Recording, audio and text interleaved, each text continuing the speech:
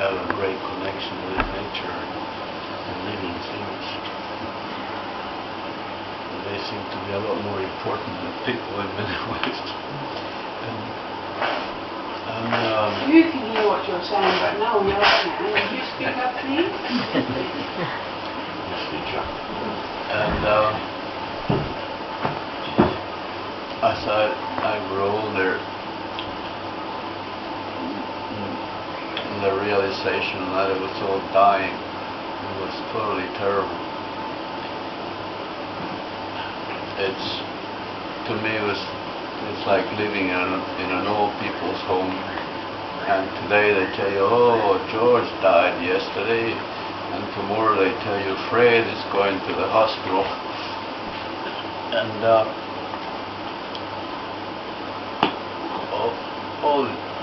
and at the same time, us humans denial that we're all the cause of it all, and it's because of us that it's all dying.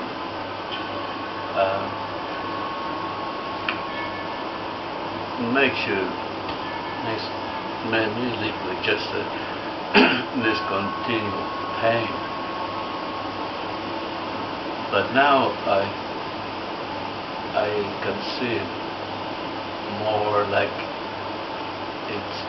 it's all a dance or a play, and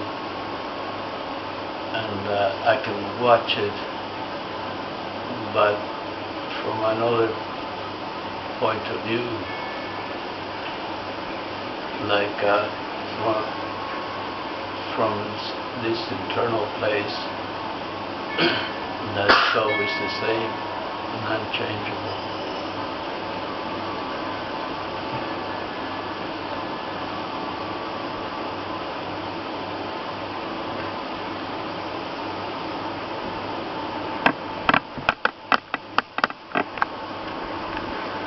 In our years together,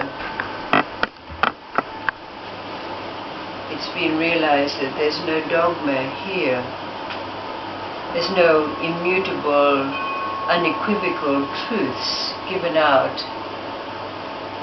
But that being said, repeating a little anecdote that was told the other day about the email that I got from a friend overseas who was saying that they loved the work that they did working with people, and it was evident that there were good things coming out of that work, but there was not much financial recompense in it, and there was a decision to be made about whether that should continue or whether they should pursue their spiritual journey by going off to India again and traveling on their quest.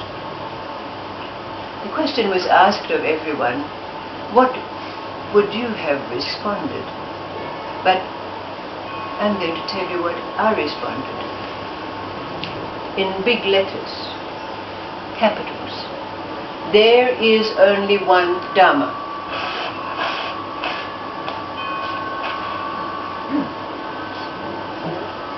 Or there is not a personal Dharma and a universal Dharma, and a personal Tao and a universal Tao, and a personal will of God and a universal will of God, or a personal purpose and a universal purpose. Now that's not unequivocal. You have to answer that for yourself. Because it does appear that we do have a personal Dharma, a personal calling, a personal work. But can you separate it? Can you make a division? So the questions still remain unanswered. What is this Tao, Dharma, will of God, purpose of life? What is it when it's not a wave and a particle?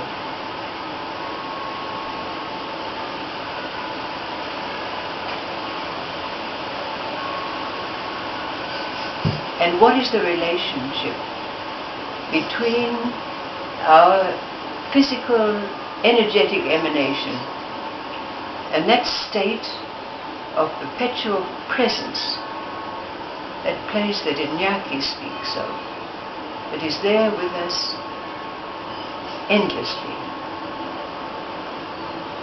There was a story told last week that bears retelling because it's an important story in finding the answer to these questions. It was a story about a town somewhere, a town that was inhabited by sad, miserable, burdened people. They shuffled through the town, kicking up the dust on the road so that it covered their shoes and got into the hems of their garments. And the weight of their cares rose like a cloud above their heads. And as is the nature of clouds, it rose up to the heavens and came to the notice of God. And he thought to himself, these people are clouded, blanketed by their cares and woes. They don't know who they are. So he called one of his angels to him, and he said, do you see that dusty little town down there? The angel said, yes. I'll go down and see what I can do. So that day, in this particular town, it was very, very hot, and everyone was suffering. When they met in the street, the men of the town not only commiserated with one another about how business was bad and nobody ever came to buy anything, and this was a day like any other, but they also had the weather to complain about it. It was so hot and sticky and uncomfortable. And then the women by the well, not only complaining, cook, cook, cook, sew, sew, sew, clean, clean, clean, day after day, they also had the weather to complain about. But as the dusk came down, it was the habit of the people to gather under a huge tree that was centered in the town square. So they were all sitting around sweating, wiping their brows and commiserating with one another about how bad a day it had been.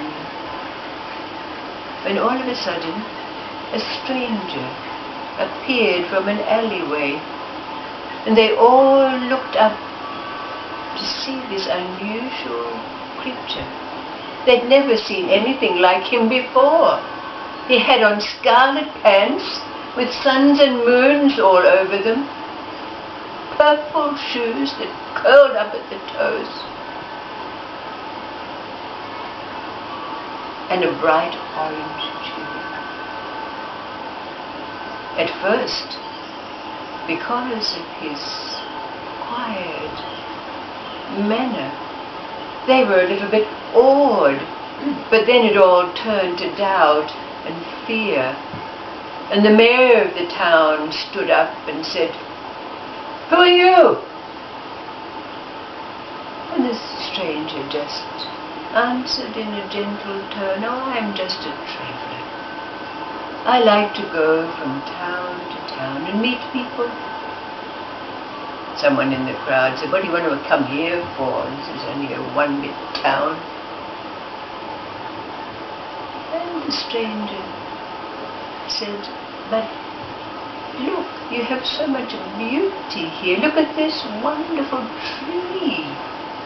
Here, listen to the birds that are now coming to sing as the sun sets." Someone said, "Oh, squawking, chirping, you can't even hear yourself think."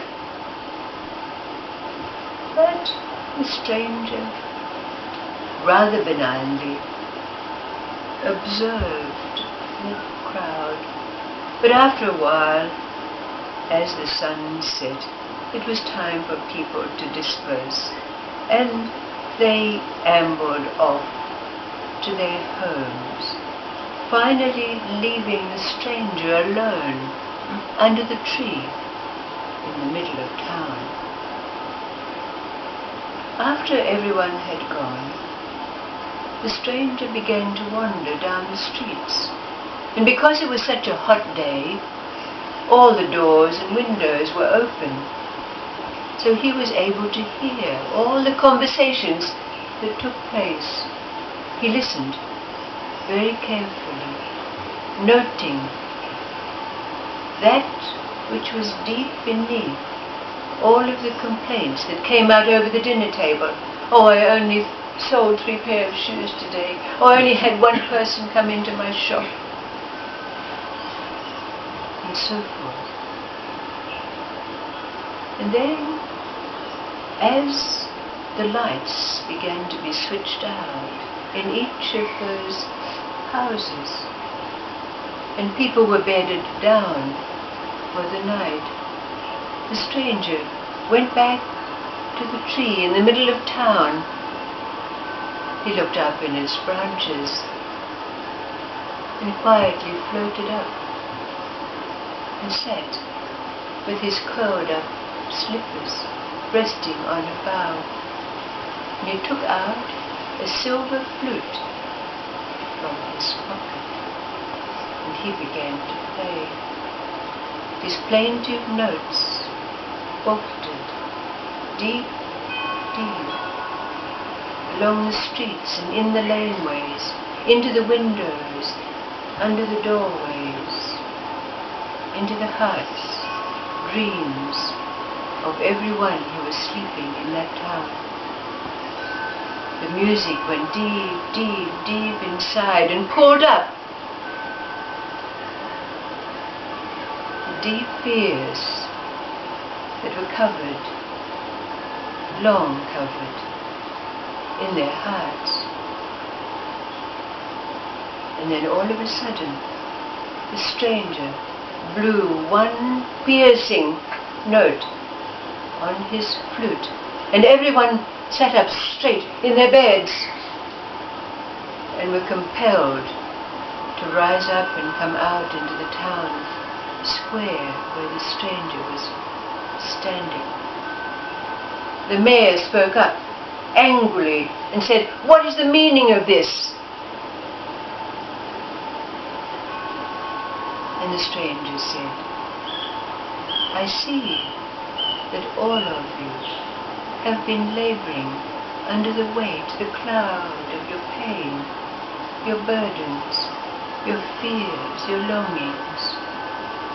Give them to me."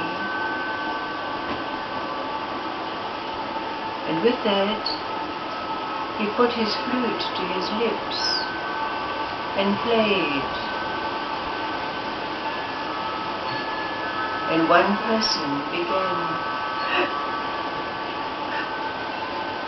and cried, and another, until everyone in that town square was weeping, sobbing, wailing, pouring out the grief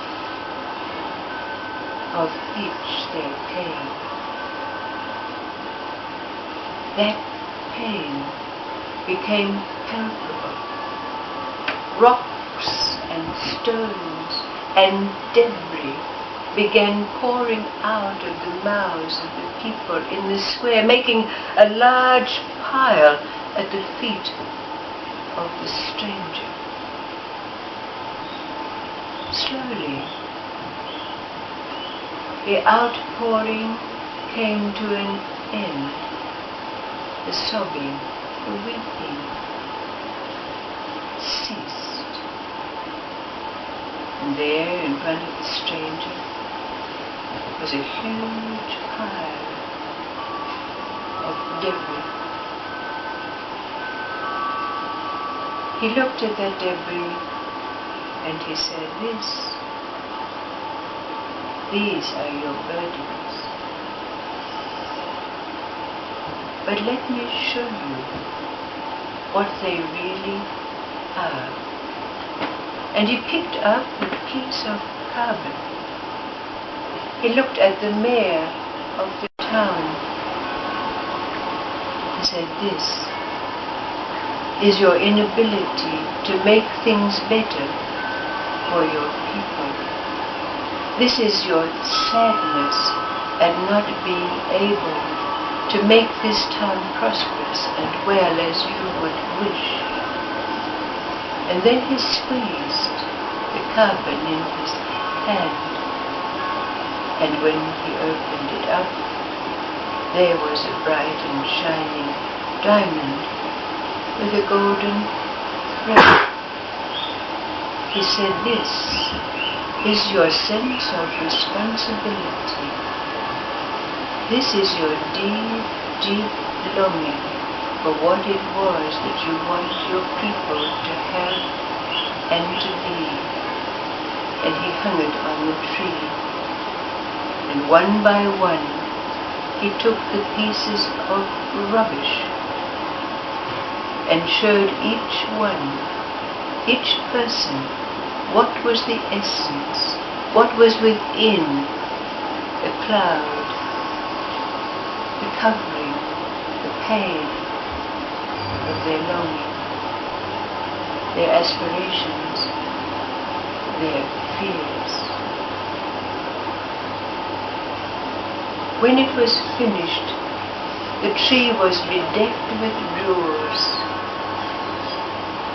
all hanging on their golden threads.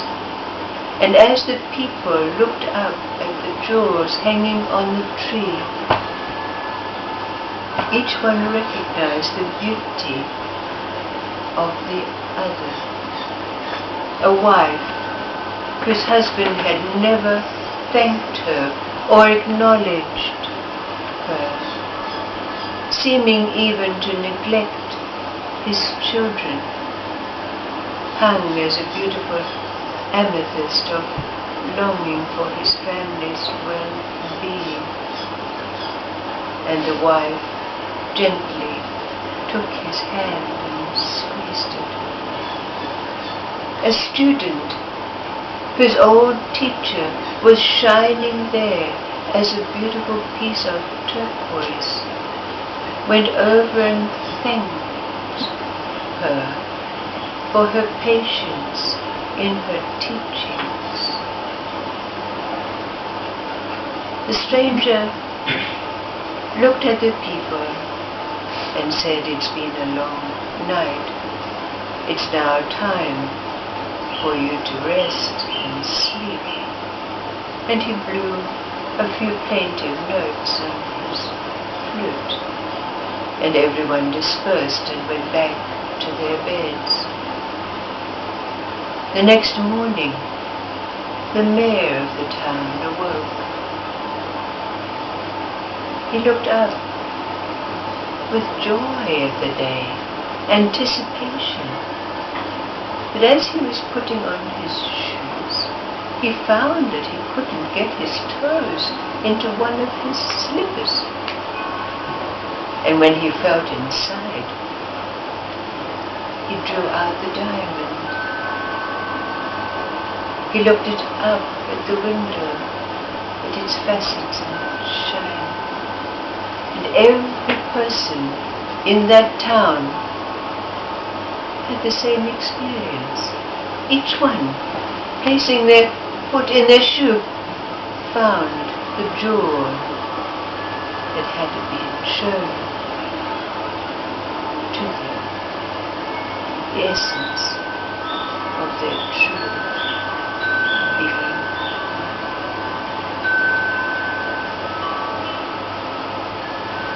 What is this endowment?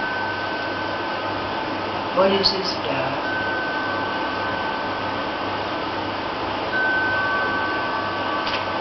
What is it that we do? What is that interaction between that which interacts with all of life, that field of energy constantly changing, and this place where we stand still, present,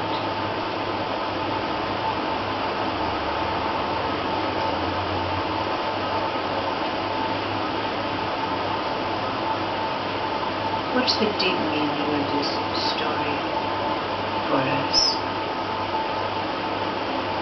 What is this flute?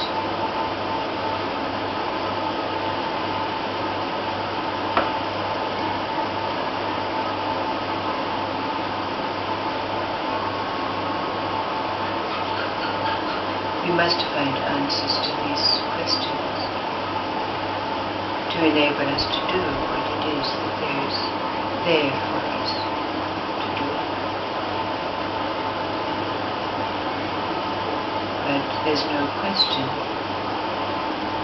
We have to acknowledge and accept ourselves as an angel.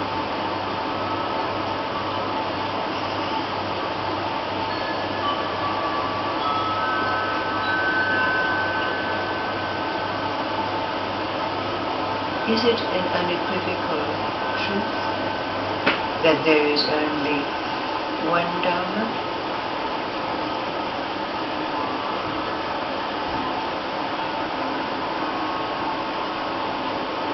Answer the question as to how this auric field of ours relates to this place, and we find the answer and the truth for ourselves.